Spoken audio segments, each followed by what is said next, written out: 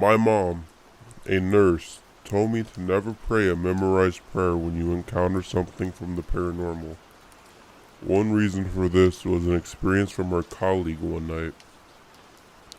In the hospital where they worked, there was a newly constructed building that stood in a demolished cemetery.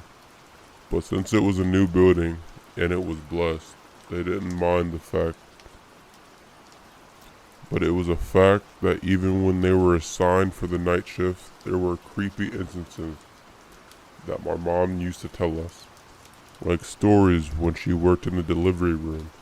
Sometimes they would hear babies only crying in the delivery room, even though nobody was there. This one time, my mom's colleague just finished assisting for a normal birth delivery that took longer than expected.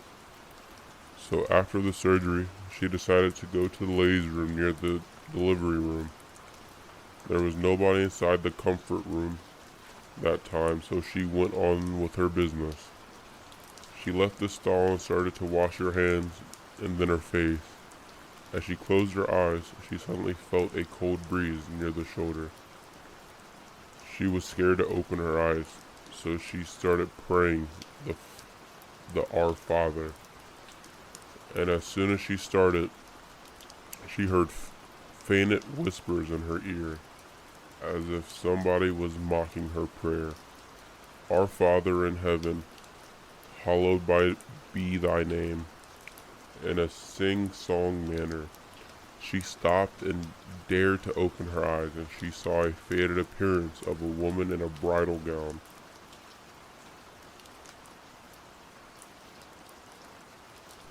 I woke up in my bed one night, the night being no different than most.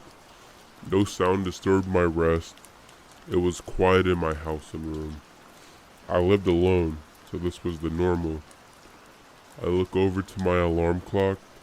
The light blinks 3:33 a.m. Needing to get a drink and use the bathroom. I reach out to my bedside lamp and hit the switch. Nothing. Well, perhaps the light is burnt out. I get up and go to my bedroom light to find out it isn't working either. The power must be out, I think, glancing at the street light. If the power is out, it's only out in my house. I need to check my breaker. I didn't know candles were flashlight then. So I make my way out of my room into the connecting living room. The breaker is in the next room over in the kitchen. The living room is lit enough from outside light. I can easily make my way around most objects and towards the kitchen.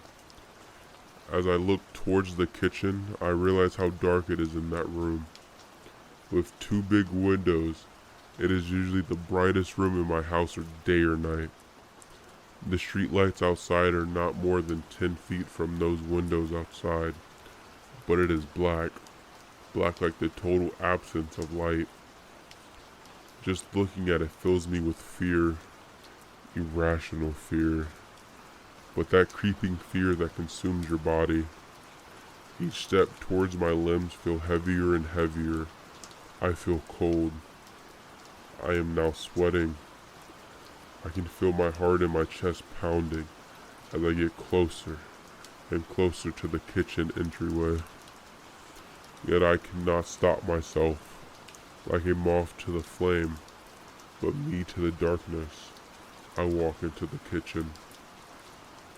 Panic.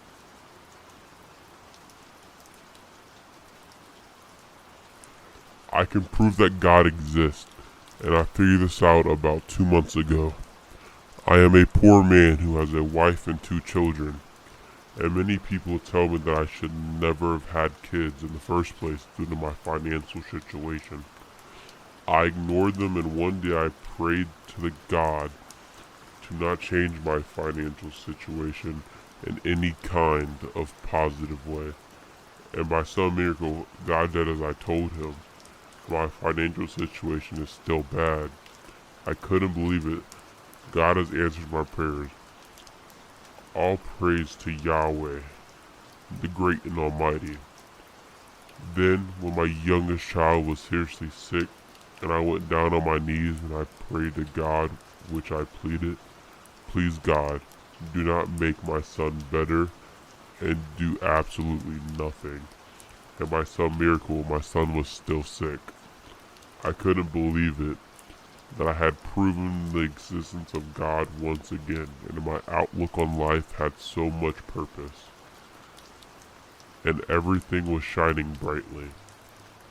My son's condition was not getting any better, and God did nothing, which is what I had prayed for. Then my second son went missing, and I prayed to God, do nothing, and for my son to be missing.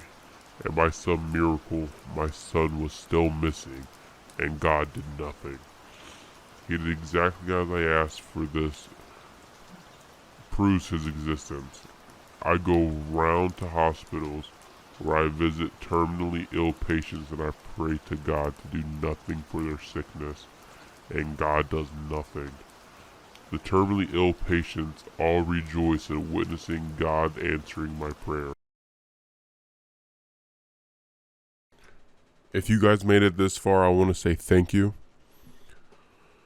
If you have any stories you guys would like to tell me that you've experienced yourself, please feel free to email me with your story and the title of your story. If you do not have a title of your story, that is perfectly fine. I will come up with one if I have to. But thank you guys for watching. And until the